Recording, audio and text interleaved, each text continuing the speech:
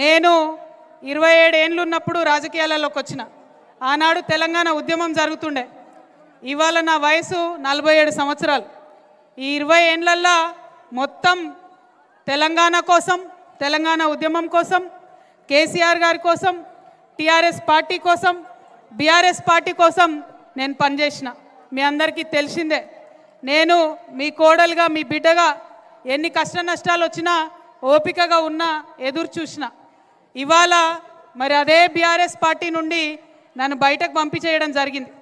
ఎక్కడ కూడా నేను ముందడుగేసి పార్టీ వ్యతిరేకంగా ఏం చేయలే. ఇవాళ నిజామాబాద్లో ఉన్న బీఆర్ఎస్ పార్టీ కార్యకర్తలందరికీ కూడా నేను రిక్వెస్ట్ చేస్తూ ఉన్నా, ఒక్కసారి గుండె మీద చేసుకొని ఆలోచన చేయండి. నిజామాబాద్లో నా ఓటమి ఒక కుట్రనా కాదా మీరు ఆలోచన చేయండి. నా ఓటమి జరిగినప్పుడు ఇప్పటికి 5 ఏళ్ళు అవుతుంది. ఒక్క మాటనన్నా నేను బయట మాట్లాడినా లేదా మీరు ఆలోచన చేయండి. ప్రతి చిన్న బిడ్డకు నిజామాబాద్లో తెలుసు ఏం జరిగిందా అన్నాడని. ప్రతి బీఆర్ఎస్ పార్టీ కార్యకర్తకు తెలుసు ఏం జరిగిందా అన్నాడని. కానీ నేను ఎప్పుడైనా సరే ఆ అవమానాన్ని భరించిన ఎందుకోసం?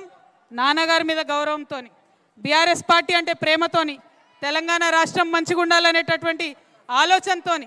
కానీ ఇవాళ ఇంటి గుట్టంతా బయటేసి మరి నన్ను ఇబ్బంది పెడుతున్నటువంటి సందర్భంలో మళ్ళీ నా మనుషుల దగ్గరికి, మళ్ళీ నా ప్రజల దగ్గరికి, మళ్ళీ నా నిజామాబాద్ గడ్డ దగ్గరికి వచ్చిన.